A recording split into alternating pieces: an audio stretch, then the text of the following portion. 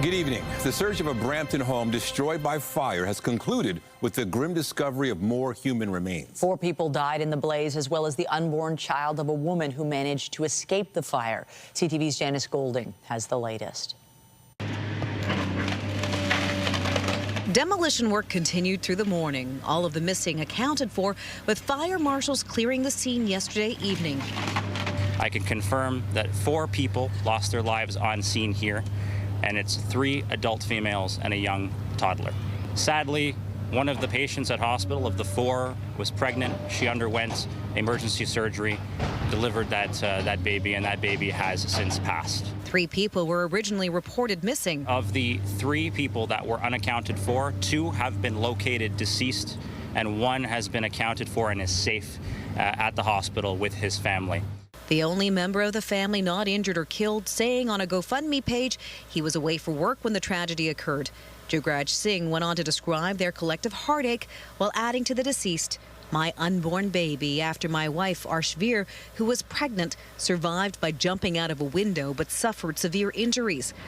4 other members of the family are still in hospital, all currently in the ICU suffering from severe burns and receiving critical medical care. My children, they know some people that live there and they attend the school here. It's heartbreaking, right? Because I woke up with the fire, with the police sirens.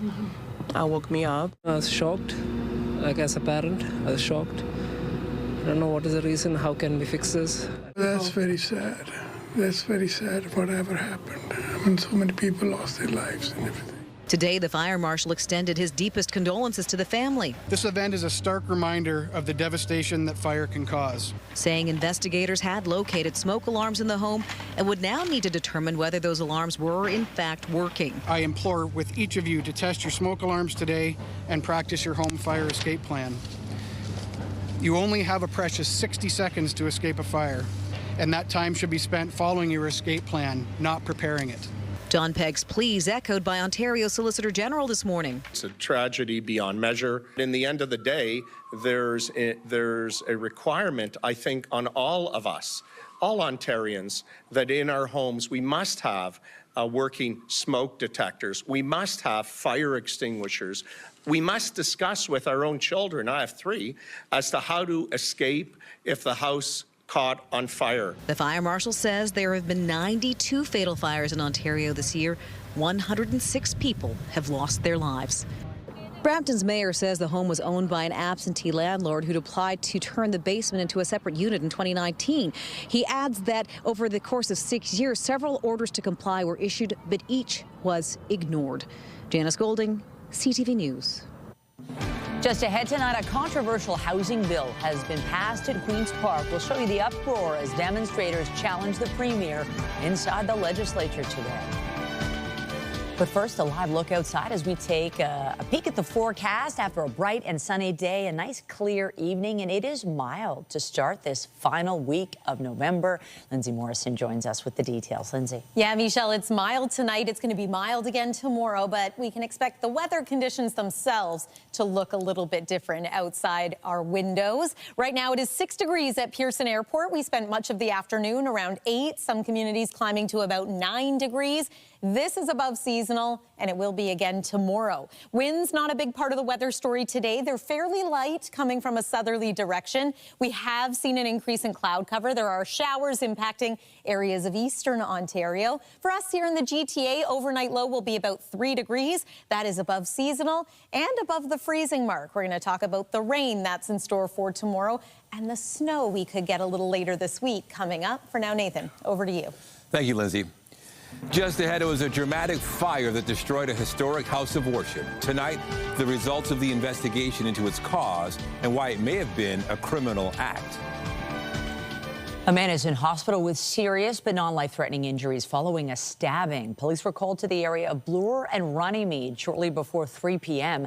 They found a man suffering from a stab wound who was rushed to hospital. Police say they have taken a man in his 40s into custody in connection with this incident. Police say they believe the victim and the suspect were known to each other. Peel police say a 25-year-old man accused of shooting and killing his father in Brampton is now in custody. Nicholas Jaglal faces charges of second-degree murder and attempted murder. He's accused of shooting his father inside a home on Clearjoy Street around 3:15 p.m. on Saturday. His father, a man in his 50s, died at the scene. Meanwhile, 24-year-old Nicholas Singh, one of Canada's most wanted fugitives, has been arrested. He was arrested by Toronto police Friday after being on the run since May 31st, 2025. Police also seized a gun, an extended magazine, and ammo. Singh was number 15 on the BOLO program's top 25 most wanted list that was revealed in October. He was serving a sentence of just under 5.5 years for robbery and gun-related offenses when he went on the run. 2 men have been arrested after they left the scene of a rollover in the Distillery District early this morning. It happened around 3 a.m. in the area of Cherry and Front Streets. Police say the vehicle was abandoned on streetcar tracks, forcing the TTC to suspend service in the area. The 2 men were found with the help from the police service's canine unit. 1 man was taken to hospital with minor injuries. And White's Road was closed from Pickering Concession Road 3 to Sunbird Trail in Pickering this morning following a rollover. The CTV News chopper was over the scene where 1 vehicle had flipped onto its roof. Durham police have not provided any details about this crash, only saying that White's Road has since reopened in this area. And Toronto police are looking for the driver of a vehicle after a hit and run downtown. It happened just after 4 this afternoon near Dundas and Beverly. Police say a large white truck hit a female pedestrian. She was taken to hospital in serious condition. Police say the truck was last seen going north on St. Patrick. It's believed the vehicle may have damage to the driver's side. Anyone with information is asked to call police. Toronto police are asking for help identifying a group of suspects in a pair of break-and-enters in North York. Investigators say 3 people in a minivan arrived at a commercial address in the area of Bermondsey Road and Eglinton Avenue on 2 separate occasions last week. Police say they entered the property and stole items before leaving the area. Their vehicle is described as dark blue or black and may be an older model Dodge Caravan. It's missing its front license plate and has damage on the driver's side. Police are asking anyone with information to come forward. A fire which gutted a historic church last year is now being investigated as a possible arson. Toronto police say the fire marshal has concluded its investigation. It says the 4-alarm blaze which destroyed St. Anne's Anglican Church on Gladstone Avenue is now a suspected arson. The fire broke out on the morning of June 9th in 2024. The building was engulfed when fire crews arrived, with the flames having destroyed murals by the group of 7, which were being housed inside. No injuries were reported. Peel Region is kicking off its 6th annual Break the Silence campaign, which aims to raise awareness about intimate partner violence. We're accumulating knowledge. We deepen understanding of the factors that prevent people from seeking help or prevent bystanders from speaking up. And this accumulation of knowledge informs continually refined tactics for raising awareness and reaching those experiencing violence. Advocates are calling for the creation of more shelter spaces in Peel for those trying to escape violence. This year's campaign officially begins tomorrow, which coincides with the International Day for the Elimination of Violence Against Women. At Queen's Park today, a controversial piece of housing legislation was passed despite vocal opposition from opponents in the gallery. They're concerned the new law could make evictions easier and take away the ability of tenants to defend themselves. CTV's Queen's Park Bureau Chief Siobhan Morris is live tonight with more. Siobhan. Demonstrators inside the legislature were so loud you couldn't actually hear voting happening at some points. The government says this is all about opening up housing supply, getting the homes built faster, but opposition just worries that this will mean people are on the streets sooner. An eruption of anger inside the Ontario legislature, with screams raining down on politicians from the galleries above as they voted on Bill 60. Legislation that includes controversial changes for renters. You're putting people on the streets! From his seat, the Premier yelled back for that demonstrator to get a job. It's totally unbecoming of the office of the Premier. The man on the receiving end agrees. Doug Ford hasn't had to go looking for a job in a while. He has no clue the difficulties that people are facing. The legislature in such a state of chaos, security ordered the public out on a bill that skipped committee hearings. People's voices do need to be heard. Worried more renters will lose their homes. Well, I heard it in the House today for sure, but I don't agree with it because we're creating balance in the landlord-tenant system. The bill shortens the grace period for a tenant who missed rent before they can be evicted. We're talking about big property managers who are getting rich off of these schemes, and they're the ones who are going to profit. But small-scale landlords insist they need help. I've had landlords call me crying because of a tenant that has not only did not pay rent for months and knows how to avoid the eviction, they also damaged the property. Opposition parties say this bill does nothing to solve serious problems between landlords and tenants. All it does is it points the finger at every single renter and tenant, of whom the vast majority are acting in good faith. Frustration and fear that exploded into the open. I understand why people are upset, because they're desperate, because they can't afford to live in Doug Ford's Ontario. Bill 60 also does away with localized building requirements like in Toronto for green roofs, and it also smoothed the path to build more housing around transit hubs. Reporting live from Queen's Park, I'm Siobhan Morris. Michelle, back to you. Thank you, Siobhan. The province says it will require defendants to pay cash security deposits before being released from custody as part of a bill aimed at tightening bail requirements. We're coming forward again with bold, innovative, and practical solutions to enhance our public safety. And the reason is obvious. Our government has never stopped in believing that our inherent right to live safely in our own homes and communities is the guiding principle that drives our actions every day to protect Ontario. In a release issued today, the province says the proposed bill would improve bail compliance and keep repeat offenders behind bars. Toronto's police chief spoke out in support of the bill. These additional measures announced today to improve bail compliance and keep repeat violent offenders in custody will make our communities safer. These initiatives are essential to protect the public and prevent crime, restore public trust in the justice system, and support police officers who see firsthand the harm caused to victims by violent criminals. The legislation is expected to be tabled tomorrow. A federal government source has confirmed to CTV News the Prime Minister is considering a trip to Washington next week. The news comes less than 48 hours after Mark Carney dismissed a question about when he last spoke with Donald Trump. The PM answered by saying, "Who cares?" Carney had previously said both he and the U.S. president are busy and don't have any burning issues to discuss. Today in the House of Commons, Conservative leader Pierre Poilievre pointed out that Carney campaigned on his ability to deal with the Trump administration and accused the Liberals of not caring about Canadian workers.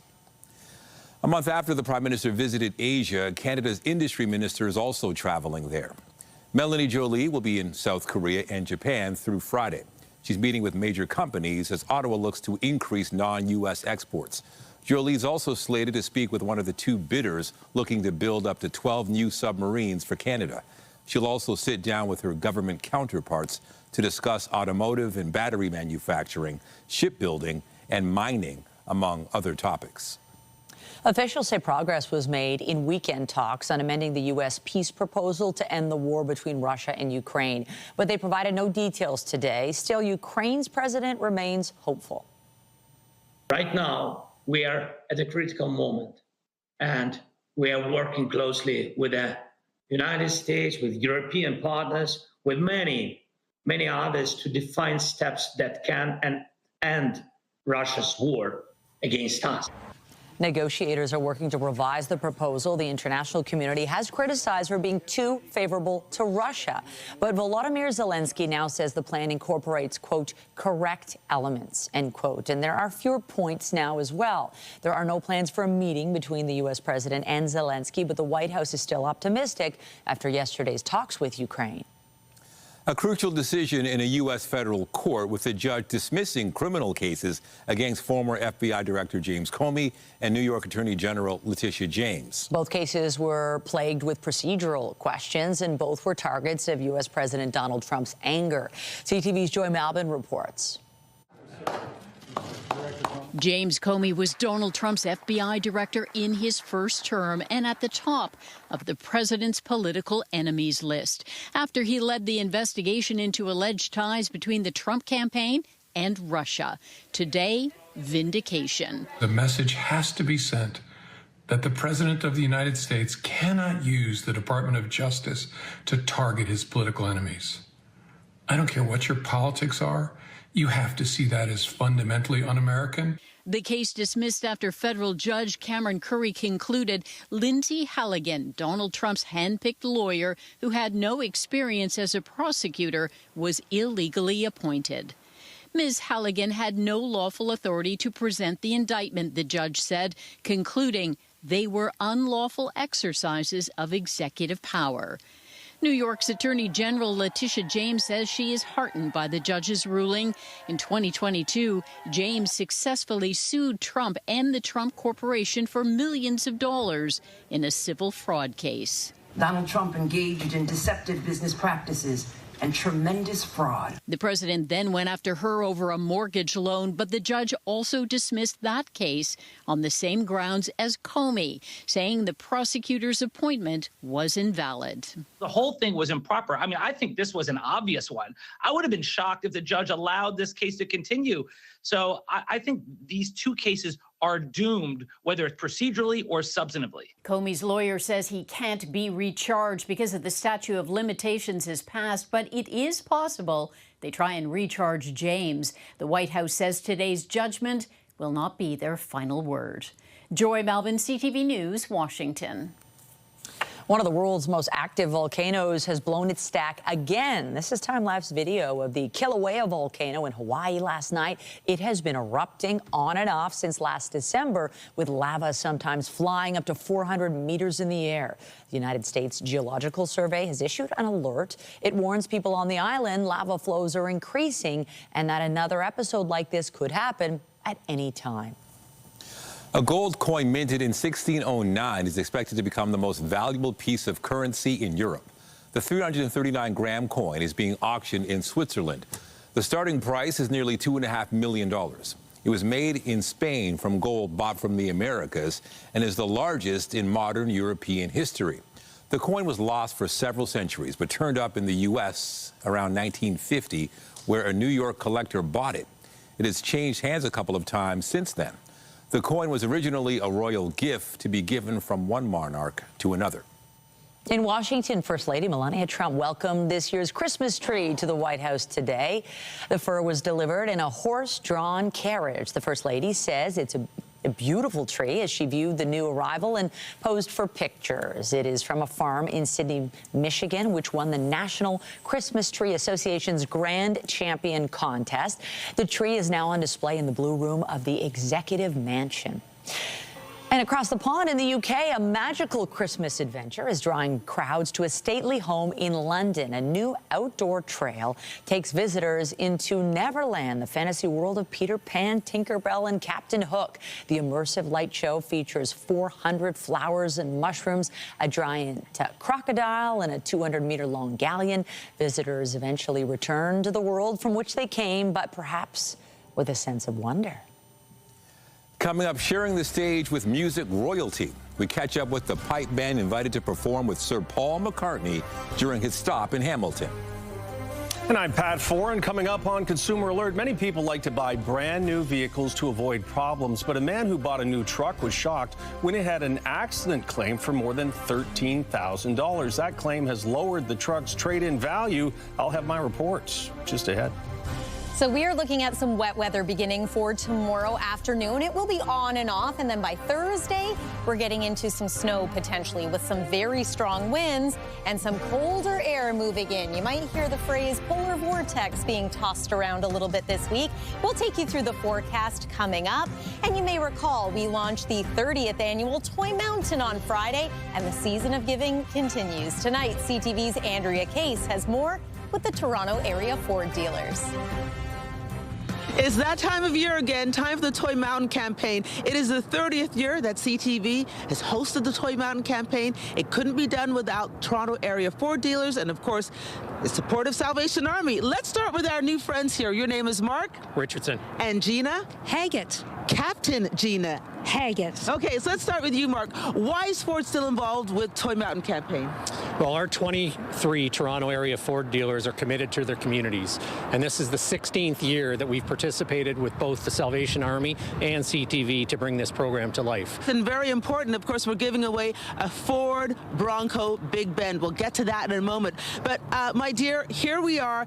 The kids need it more than ever. How are you feeling about joining this campaign? I'm thrilled to be here.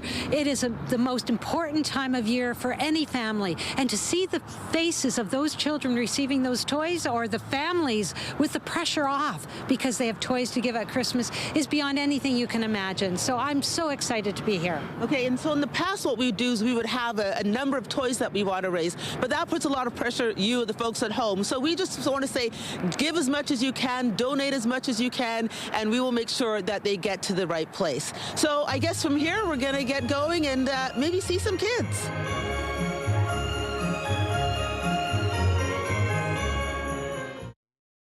When you see it happen, send it to CTV News. Text 10400 from your screen to ours.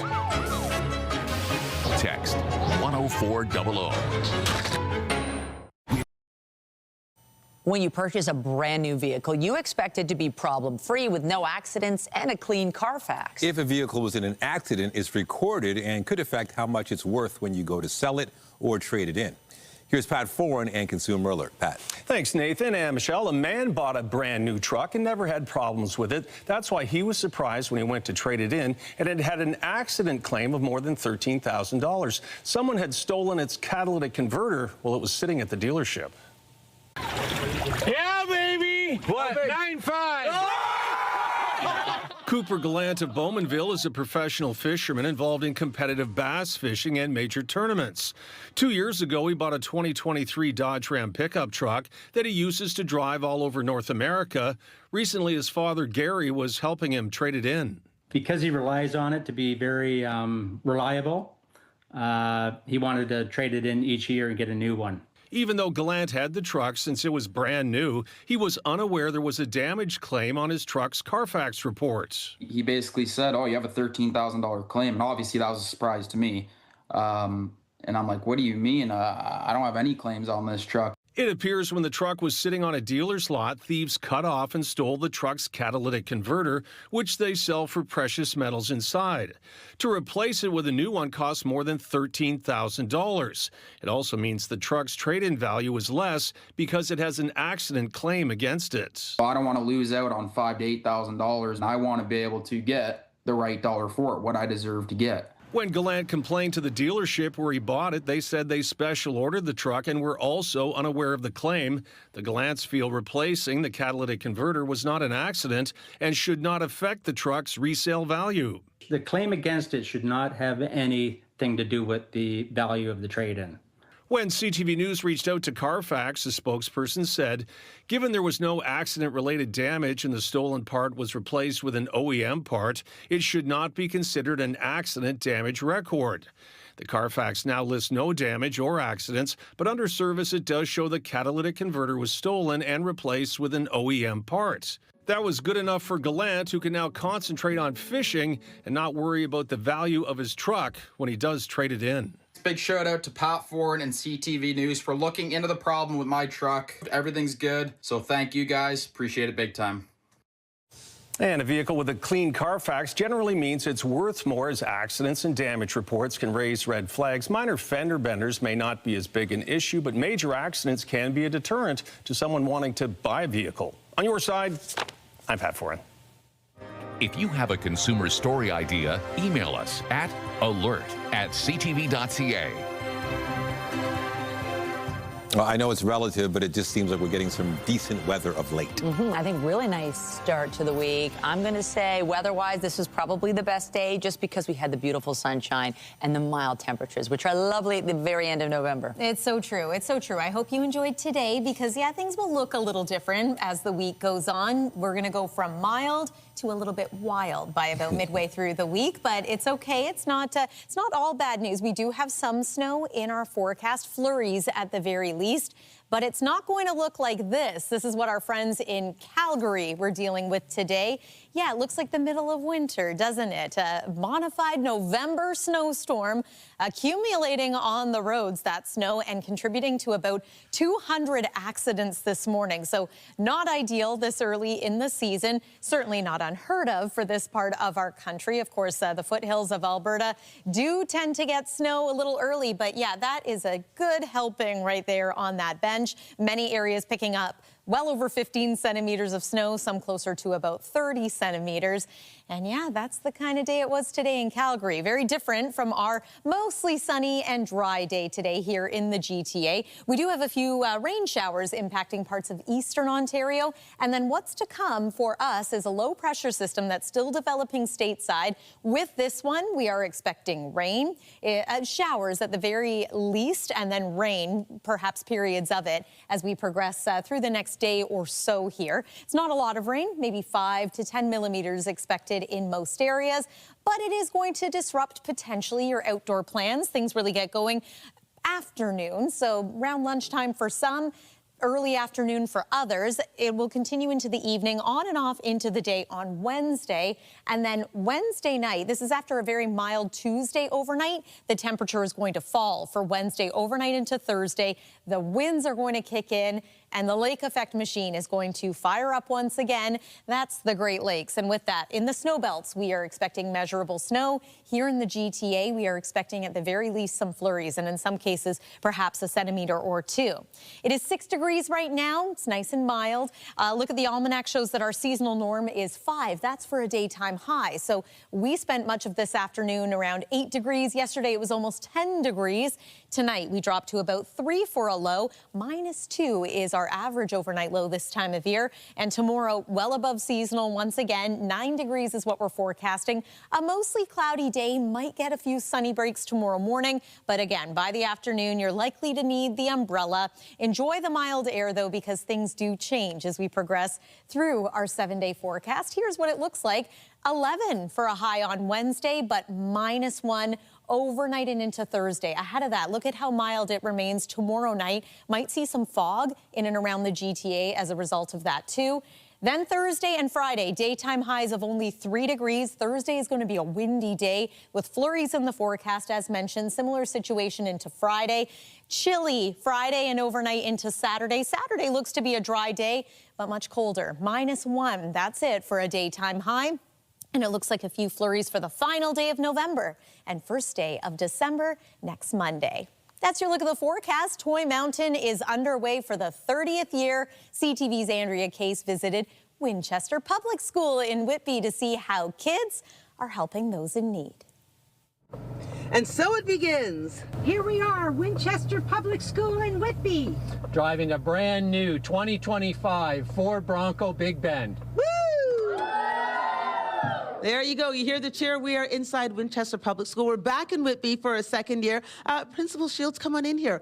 Why did you want to take part in Toy Mountain again? We had such a great time last year, and the kids loved being able to give back to the community. We're so excited and grateful to be able to help build Toy Mountain once again this year and be able to contribute to our community once again. Okay, so of course we have a new person from the Salvation Army.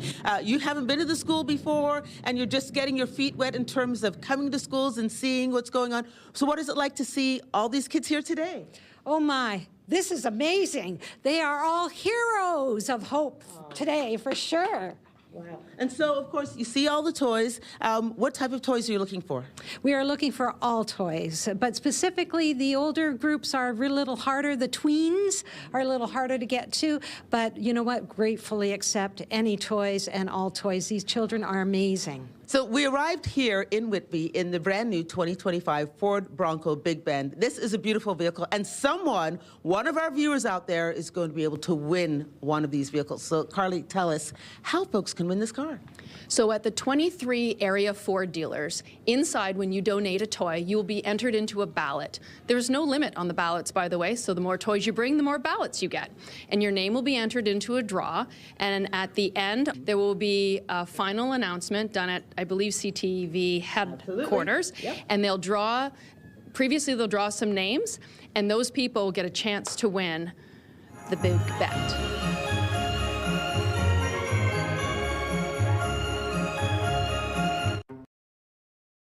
The federal government is going to spend millions of dollars to help train dental students across the country. Today, we also announced that 30 projects across Canada have been approved under the Oral Health Access Fund. These projects will improve training for dental students and strengthen efforts to improve access to care. Ottawa says the more than $35 million will fill competency gaps and go toward oral health programs, mainly at universities and colleges, helping future dentists and dental hygienists. Reggae pioneer Jimmy Cliff has died at the age of 81. You can get it if you really want. You can get it if you really want, but you must try. Cliff may best be known for his role in the 1972 film The Harder They Come. Its soundtrack, which included several songs by Cliff, helped introduce reggae to a global audience. According to Cliff's family, he died following a bout of pneumonia after suffering a seizure. An iconic Bollywood star, Dharmendra, has died. Dubbed the original He-Man of Bollywood, the actor was one of India's most popular cinema stars whose versatile performances helped him rise to fame in the 70s and 80s. The actor had been in and out of hospital in recent weeks. Prime Minister Narendra Modi offered his condolences, saying the actor's death marks the end of an era. Dharmendra was 89. A Canadian music legend will be celebrated at the Junos in March. Joni Mitchell is going to receive a Lifetime Achievement Award. From Blue to her latest return to the stage, Joni just continues to inspire us with her artistry. So congratulations to Joni Mitchell. I really don't know clouds. I really don't know clouds at all. The singer-songwriter is going to be recognized for her incredible impact on music. She will be only the third recipient of the top honor. Organizers also announced Hamilton's Arkells will play the March 29th award show in their hometown. So will Toronto band The Beaches. Not gonna waste all of my time on you. And Nelly Furtado has been chosen as the newest inductee into the Canadian Music Hall of Fame. She's being honored for a career of hits that include Like a Bird and Man-Eater. Furtado recently announced she is stepping back from live performances for the foreseeable future, so it's unclear at this point whether she will be performing at the awards show. And still in Hamilton, Paul McCartney took the stage Friday to open the revamped TD Coliseum. And when he did, he was joined by some lucky musicians from southwestern Ontario. CTV's Ashley Bacon caught up with some of the members of the Paris Port Dover Pipe Band to hear about their incredible experience. Crossing off a bucket list item, sharing the stage with Sir Paul McCartney. It's very nerve-wracking, trying to make sure that you perform to your best of your ability. And you've also got another 27 people that have to perform to the best of their ability. All that preparation leading to this. The Paris Port Dover Pipe Band lending their skills to the Wings song Mulligan Tire, Friday evening in Hamilton. When we finished playing the song and you got to relax and you got to look out into the crowd, it was cheering and Paul McCartney yelling Paris Port Dover. That's probably the highlight. It was amazing. The pinch me moment, the fourth time Gord Black and his pipes have played with the former Beatle. Before the show, the band welcoming him to the venue. To see him walk out that limousine, just, you know who it is right away. And as soon as he laid his eyes on me, he started pointing. So I stopped playing, went across and shook his hand. Like a couple of old friends reuniting, doing what they love most. He's the man that changed the world for music. And you have to respect that right away. But it's like sitting speaking to you. He's just a normal person. I'm still kind of awestruck about it. Still, I'm hearing recordings from the performance and people's thoughts about how great it was. McCartney is 83 years old, but according to Black, he hasn't slowed down. It takes a lot of energy to keep going. But he's he's surprisingly still pretty fit and young. with hopes of collaborating again in the future. He doesn't look as though he's going to give up. It's in his blood.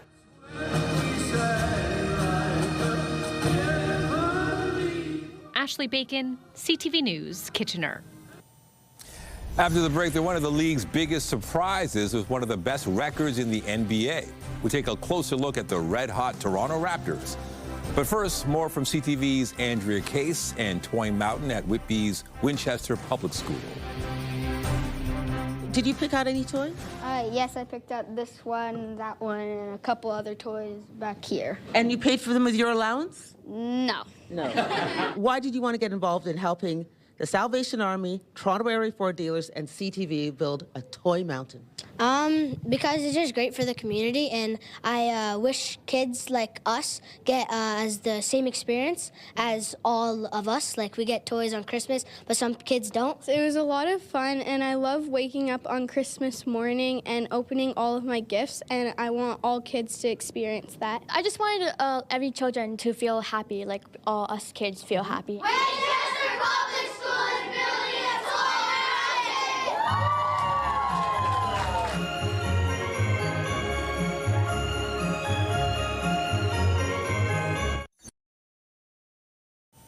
Stocks continued to rally today after a sell-off last week. B&M Bloomberg's Andrew Bell has the details. Hello there. Canadian and U.S. stocks rose today after wavering last week on a fresh rally in giant technology and artificial intelligence names. Shares in Alphabet, parent of Google, hit a new record high. The company's latest Gemini 3 AI model is getting good reviews, and it's seen as a threat to arch-rival OpenAI. In Canada, the Toronto Composite Index gained more than 1%, even as trade talks with the U.S. remain stalled. Both governments are now inclining to roll disputes into next year's broad review of the North American Trade Accord, sources told Bloomberg. Shares in Loblaw and Royal Bank of Canada hit record highs. And shares in Toronto-based Barrick Mining hit their highest in 13 years after the gold and copper producer struck a deal with Mali in West Africa to end a dispute that shut down one of the company's biggest operations.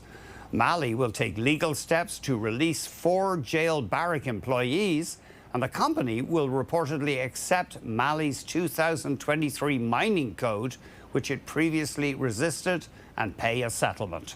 Here are the closing numbers for the markets. The Canadian dollar was at 70.9 cents US, down a fraction. West Texas Intermediate traded at $58.96 US a barrel for the North American crude benchmark, up 90 cents.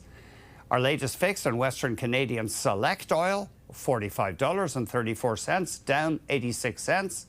And the TSX Composite ended at 30,604.35, up just over 443 points. Those are your business headlines. I'm Andrew Bell of B&N Bloomberg. The Business Report is brought to you by Canadian Western Bank, the bank built for business. Many of Yoplay's yogurts are being pulled over fears there could be pieces of plastic in some products. Yoplait Canada says it proactively issued this recall after discovering a defect in a packaging component that could cause plastic to get into their drinkable yogurts. The recall includes all flavors of the 200-milliliter Yop drinkable yogurt, with best before dates ranging from October 21st to January 12th. The company says it is working alongside the CFIA and its retail partners to ensure no one consumes these recalled items. The Toronto Raptors have defied the odds early on in this season and are looking for their 8th straight win tonight against the Cleveland Cavaliers. And as CTV's Rahim Ladani reports, the team's starters aren't the only ones performing well. Role players are stepping up. In a hard-fought game, some are already calling them Bench Mob 2.0. The Raptors' role players showing up in big moments. 21-year-old Jacoby Walter dropped 16 points, including 4 three-pointers in Sunday's win against the Brooklyn Nets. Bring energy to the game. No matter how the game's going, I know I'm supposed to go in and try to increase the lead however I can, whether that's defensively or offensively, knocking down shots. So I'm just always excited to get in the game and just do what I do. He's blossoming before your eyes. It was back in 2018 when the original bench mob was crowned. It's hard to believe that second unit was made up of then unknown players like Fred VanVleet and Pascal Siakam. Fast forward, and this roster's bench players are stepping into the spotlight. Their head coach says players like Walter are seeing the results of their hard work pay off. He's the guy that, usually weekly he's taking one of the guys that's taking most shots in our gym. So he's really committed to developing that part of his game. The Raptors are tearing up the NBA right now, winning 11 of their past 12 games. Brandon Ingram, who's playing in his first season with the team, scored his 10,000th point during last night's win. The players are feeling good, and Emmanuel quickly says one of the reasons why? Fans got us going, man. So how are Raptors fans feeling about the team's dominance so far this season? It's been great after, that devastating Jays loss, right? So it's been great to have another tier to cheer on and be excited about. They have good chemistry in the locker room. I think they're it's like hooping with friends. I feel like that's like the Raptors. Go Raptors! Optimism as the Raptors look for their 8th win in a row. The Raptors have won both games they've played against the Cleveland Cavaliers so far this season, but they're going to need another strong performance from the bench mob tonight because R.J. Barrett is not in the starting lineup. He suffered a right knee sprain in last night's game. Raheem Ladani, CTV News, Toronto. To the soccer pitch now, and a spectacular goal by one of the best to ever do it. Notre deuxième poteau, il y a Cristiano. Nawaf pour Cristiano, peut-être le 6. Cristiano Ronaldo added another gem to his highlight reel. The superstar delivered an incredible bicycle kick to score a goal in the final minute of stoppage time yesterday. He now has 954 goals in his career. The 40-year-old is preparing to suit up for his final World Cup with Portugal next summer.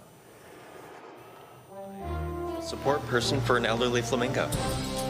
And still to come tonight, the unique friendship between a flamingo and a BC man. How a prickly bird who was deemed too old to change went from nipping to nuzzling. Get Toronto's top stories, breaking news alerts, and watch live. Download the CTV News. Canada has a new top dog. It was chosen at the Canadian Kennel Club's National Championship Dog Show in Mississauga over the weekend. The dog is named Prince. The dog and his owner collected the Best in Show honor and its $5,000 prize. Prince also took top honors in the toy division. The event brought together 814 dogs from across the country, representing 135 breeds. Finally tonight, it wasn't love at first sight, but a friendship developed over time. CTV's Adam Sawatsky has more on the unique bond between a bird and the man responsible for maintaining its habitat.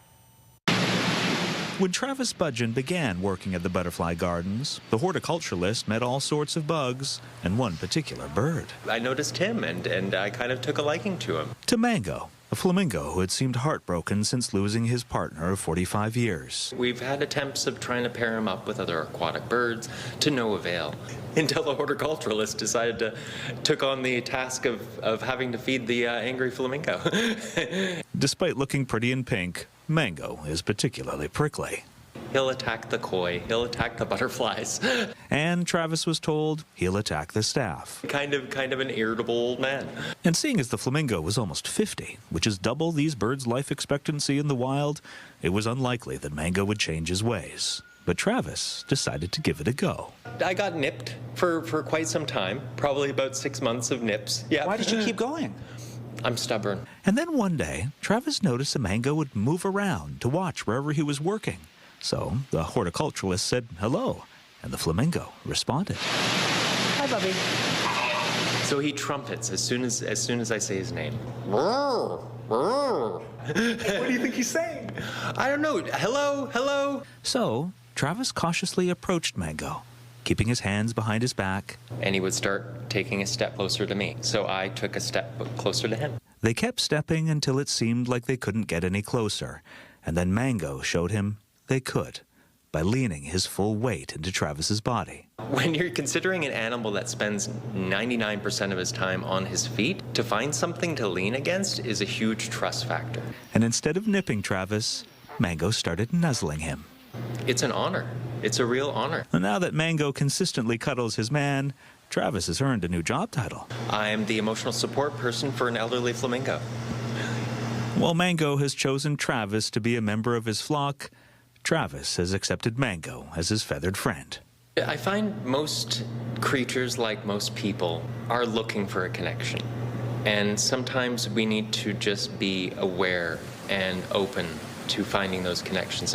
Adam Sawatsky, CTV News, Central Saanich. An Adam special. Isn't that a sweet story? A wonderful I'm story. So happy for Mango. Yeah. Oh, and it looks so lovely there in that tropical surround. A little bit warm for November. Yeah, I don't know if I'd go as far as tropical, but it is going to be mild again tomorrow. We are expecting some rain as we make our way into tomorrow afternoon. So a look at the school day forecast shows a dry arrival at class, but you might need the umbrella or the rubber boots for the journey home. Tomorrow's high, though, 9 degrees. I think many of us will take that at this point in the month of November. 11 for Wednesday, but then it becomes much cooler. We're looking at some gusty winds and some flurries beginning Thursday. Michelle and Nathan. Thanks, Lindsay. That's it for us, but you can join Omar Sachedina tonight at 11 for CTV National News, followed by Zoraida Allman with our next local newscast. Actually, Sean Leathon today, and he'll have that for you at 11:30. Meantime, our coverage continues anytime on CP24 and at ctvnewstoronto.ca. For Lindsay Morrison and the whole team here at CTV News, thanks for watching and have a great night.